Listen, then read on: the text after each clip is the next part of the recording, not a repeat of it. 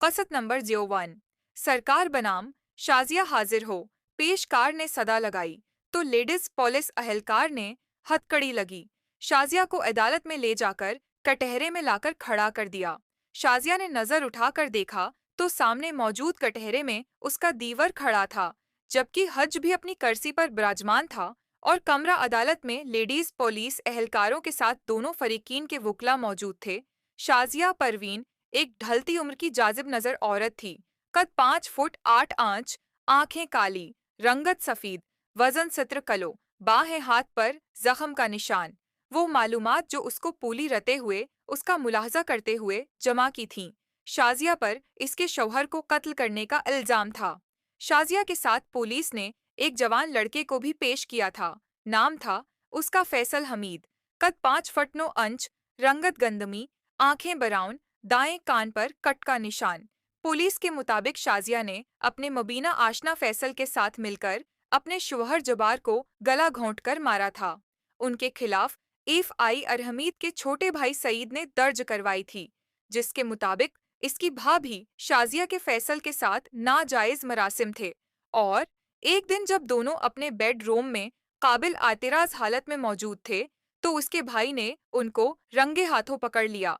और जब उसने शाजिया से इस बात से मालूम किया, तो उसने फैसल की मदद से हमीद को, जो एक दबला पतला धान पान जिस्म का शख्स था, गला दबाकर मार दिया था, जिसका ऐनी शाहिद उस कहानी का रावी शाजिया का बेटा रखेल था, जिसने ये सब अपनी आंखों से देखा और ये सब फोन करके अपने चचा सईद को बता दिया।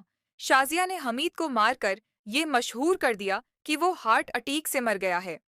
लेकिन जब सईद पुलिस को लेकर उसके घर पहुंचा, तो राहील ने एक बार फिर से सारा वाकया इन लोगों को सुना दिया। शाजिया ने बहुत शूर किया कि राहील झूठ बोल रहा है, लेकिन पुलिस ने उसकी एक न सुनी। हमीद की लाश को पुलिस ने कब्जे में लेकर पोस्टमार्टम के लिए अस्पताल मुंतकिल कर दिया था, और फैसल को भी उसी शाम उसके एक रिश्तेदार के घर से बरामद करके हिरासत में ले लिया। दूसरे दिन पोस्टमार्टम की रिपोर्ट आ गई, जिसके मुताबिक मकतूल को गला घोंट कर मारा गया था। उसकी गर्दन पर खून जमने का निशान था। शाजिया और राहिल पुलिस की तफ्तीश के सामने ज्यादा देर ना टुक सके और सारी दास्तां खुलकर बयान कर दी। आज इस केस का फैसला होना बाकी था। जज ने एक नज़र मुल्ज़मान की जानिब देखा, फिर उसने शाजिया और राहिल को उम्र कैद की सजा सुना दी। पुलिस दोनों को लेकर जेल रवाना हो गई। शाजिया के चेहरे पर सजा सुनकर कोई खास परेशानी नहीं था, जबकि राहील सजा सुनकर रोने लगा पड़ा। मेरा नाम राहील है, कॉलेज के दूसरे साल में हूँ। मैं अपने माँ बाप की इकलौती औलाद हूँ। क्यों इकलौता हूँ, उसका जवाब भी उस कहानी में आप को मिलेगा। मेरे वालिद नाम हमीद रोजगार के सिलसिले में बीरोन मुल्क होते हैं। उम्मी का नाम शाजिया परवीन है, उम्र 40 के करीब है। एक ही बच्चा पैदा करने की वजह से उनके जिस्मानी खुदू खाल और सेहत किसी जवान लड़की की तरह है। अबा शादी से पहले ही बाहर चले गए थे। शादी पर भी वो 1 माह ही यहाँ रहे। अब भी 2 साल में 1 माह के लिए आते हैं। अबू का एक ही भाई है, जिसका नाम सईद है। उसका उस शहर में अच्छा कारोबार है, जिसमें अबू का भी हिस्सा है। उम्मी के खानदान में उनके वालिदीन थे। कुछ अरसा पहले एक ट्रैफिक एक्सीडेंट में इंतकाल हो चुका है। बहन भाई कोई है नहीं। असल में मेरे दादा और नाना आपस में बहुत अच्छे दोस्त थे। दोनों ने दोस्ती को रिश्तेदारी में बदल दिया था। अबू एक शरीफ आदमी हैं। उम्मी के मुकाबले में वो काफी कमजोर हैं, अलबत्ता नक्श प्यारे हैं।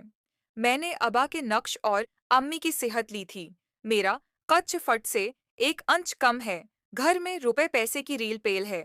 अबू सईद चा के साथ कारोबार से जो मुनाफे मिलता है, उससे हमारा घर चलता है, जबकि अबू की कमाई से उन्होंने शहर में अच्छी जायदाद बना ली है।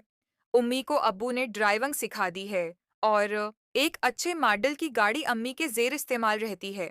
मैंने भी कॉलेज आकर ड्राइविंग सीख ली है, लेकिन कॉलेज आने जाने के लिए मोटरसाइकिल रखा हुआ है। गाड़ी ज्यादा त्रामी के इस्तेमाल में रहती है। उम्मी मुकम्मल हाउस वाइफ हैं, जो माली आसवदगी और खुशहाली की वजह से उनकी चेहरे से लाली झलकती है। उन्होंने एक लेडीज जिम ज्वाइन किया हुआ है। कॉलेज तक तालीम याफ्ता हैं, घर में काम के लिए एक उधेड़ उम्र मुलाजमा रखी हुई है। अलबत्ता खाना खुद बनाती हैं। ये किस्सा शुरू होता है उस वक्त से जब मैं स्कूल में पढ़ता था। एक दिन स्कूल ऑफ होने की वजह से मैं जल्दी घर आ गया।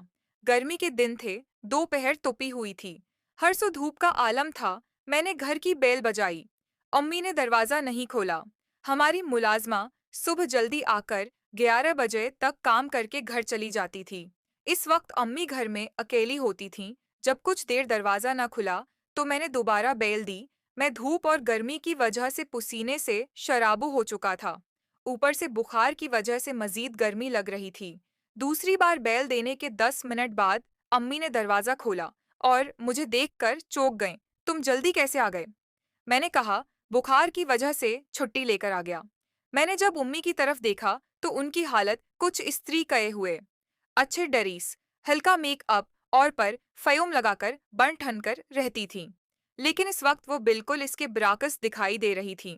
उनके हर वक्त बने सनौरे बाल बरी तरह बिखरे हुए थे और कमीज भी सलाटों से पर थी। उनके होंठों पर लगी लप सटक गायब थी। अलबत्ता कुछ निशान उनके गालों पर दिखाई दे रहे थे। वो नंगे पांव थीं और मैंने जब गौर किया तो उन्होंने शलवार भी उल्टी पहनी हुई थी। मैंने उनसे पूछा, अम्मी आप ठीक तो हो ना? ये क्या हालत बना रखी है?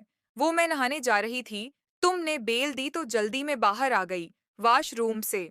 उम्मी आपने शलवार भी उल्टी पहन रखी है। मैंने अंदर आकर उनकी शलवार की जानिब इशारा किया। ओहो हाँ बताया तो है कि नहाने लगी थी। जल्दी में उल्टी पहनकर आ गई। चलो तुम फरेश हो जाओ जब तक मैं नहा लूं। मैं अपने कमरे में जाकर बैग रखकर वाशरूम घुस गया।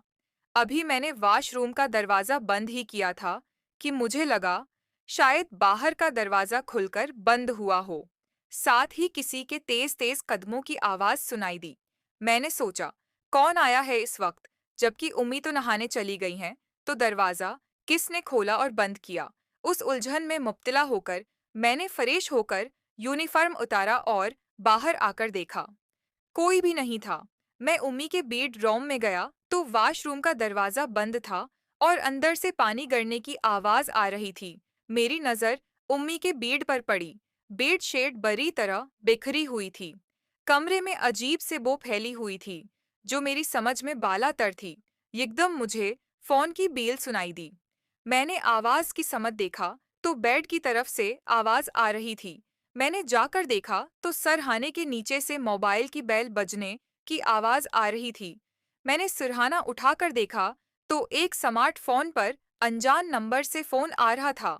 वो मोबाइल उम्मी का नहीं था, क्योंकि अम्मी का फोन तो मैं पहुंचाता था। मैंने फोन उठाकर कॉल रीसो कर ली। दूसरी तरफ से आवाज आई, डार्लिंग मैं अपना फोन जल्दी में तुम्हारे बेडरूम में भूल गया हूँ। जब राहील चला जाए बाहर तो बता देना, उस नंबर पर फोन करके आ जाऊंगा लेने। एक लड़का मेरी तरफ से फोन रसियो करते ही बोलता चला गया। कौन बोल रहा है? मैंने पूछा। मेरी आवाज सुनते ही दूसरी तरफ से कॉल काट दी गई। मैंने उसी नंबर पर कॉल करने की कोशिश की, लेकिन जब तक फोन का पैटर्न लॉक हो चुका था, अभी मैं वहां खड़े फोन हाथ में उठाए खड़ा सोच ही रहा था कि क्या करूं कि यकदम वॉशरूम का दरवाजा खुला और अम्मी बाहर निकलें। वो नहा चुकी थीं और अपना ड्रेस बदलकर बाहर आ रही थीं कि मुझे वहां देखकर बोलें, क्या हुआ, यहाँ क्या कर रहे हो? मैंने पूछा अम्मी। अभी थोड़ी देर पहले कौन आया था? जब मैं वॉशरूम में था, मैंने देखा। मेरी बात सुनकर आमी का रंग एकदम फक हो गया और वो घबरा गईं। फिर संभल कर बोलें, कोई नहीं, कोई भी तो नहीं। वैसे ही तुम्हें बुखार की वजह से दिमाग में गर्मी चढ़ गई है। जबकि उम्मी झूठ बोल रही थीं। कोई तो था जिसके जाने के बाद उम्मी ने दरवाजा बंद किया, जो अपना मोबाइल जल्दी में उम्मी के बेड के सुरहाने के नीचे भूल गया था। मैंने कहा, अगर कोई गया नहीं था तो ये मोबाइल किसका है जो यहाँ भूल गया है? और अभी उसने कॉल करके ये बात की है। मैंने उम्मी को सारी बात बता दी। मैं मैट्रिक का तालिब इल्म था और मेरे पास भी मोबाइल था। इंटरनेट की वजह से सब जानता था। बहुत फिल्में देख देख कर मैं सब जानता था। जब मैं घर में दाखिल हुआ था तो उम्मी की हालत देखकर कुछ अंदाजा तो हो गया था मुझे कि क्या चुक्र है। लेकिन जब उन्होंने कहा कि वो नहाने लगी थीं। जब मैंने बील दी तो मैंने अपना ख्याल झटक दिया। अपनी ही सगी अम्मी के बारे में ऐसा ख्याल करना मैं सोच भी नहीं सकता था। लेकिन तेज कदमों की आवाज और अब उस फोन कॉल ने सब समझा दिया था। उम्मी किसी यार के साथ रंग रलियों में मसरूफ थीं जब मैंने पहली बेल दी। इन लोगों को फरी होने में कुछ वक्त लग गया। इस दौरान मैंने दूसरी बेल दी तो उम्मी जल्दी में अल्टी शलवार पहनकर बाहर गेट खोलने चल दें। ये था सारा किस्सा जिसकी बाद में उम्मी ने तस्दीक कर दी। मेरी बात सुनकर उम्मी ने अपना सर झुका लिया और कुछ ना बोली। मैंने कहा बताएं, ये किसका फोन है और कौन था वो जो मेरे वॉशरूम में जाने के बाद तेजी से बाहर निकला और अपना फोन यहाँ भूल गया। किसके साथ आप रंग रलियां मना रही थीं? जल्दी बोलें, वरना ये सब मैं अबू को बता दूंगा और चाको भी। असल में चचा के साथ मेरी बहुत बनती थी। अबू के ना होने की वजह से मैं उनके आफस भी चला जाता था और घर भी चची और उनके बच्चों से मेरी बहुत अंडरस्टैंडिंग थी। उनके दो बेटे और एक बेटी थी जो मेरे ही स्कूल में छोटी जमायतों में पढ़ते थे। अम्मी सर झुकाए खड़ी थीं। मैंने दोबारा कहा, उम्मी बताए ना। फिर उन्होंने अपना सिर उठाया और बोले, मैं तुम्हें सब बता दूंगी, तुम प्लीज किसी कौमत कुछ बताना। वो मेरे करीब आए और मेरा हाथ पकड़कर बेड पर बैठा लिया और बोलने लगे, तुम अब जवान हो गए हो, यकीना मुर्द और औरत के दरमियान ताल्लुकात के बारे में जानते हो। मैं एक जवान औरत हूँ। तुम्हारे अबू तो 2 साल बाद सिर्फ 1 माह के लिए आते हैं और इस दौरान भी वो मुझे कोई जिनसी तौर पर मुतमईन नहीं कर पाते क्योंकि वो जिनसी तौर पर कमजोर हैं। मजीद देखें किस्त नंबर 2 में। मोहतरम नाजरीन और सामाईन, इस कहानी का बेकिया हिस्सा अगली आने वाली वीडियो में अपलोड किया जाएगा। अगर वीडियो अच्छी लगी हो तो हमारे उस यूट्यूब चैनल को सब्सक्राइब कीजिएगा और वीडियो को लाइक कीजिएगा और बेल आइकन पर ज़रूर क्लिक कीजिएगा ताकि न्यू अपलोड होने वाली वीडियो का नोटिफिकेशन आपको टाइम पर मिल सके। शुक्रिया।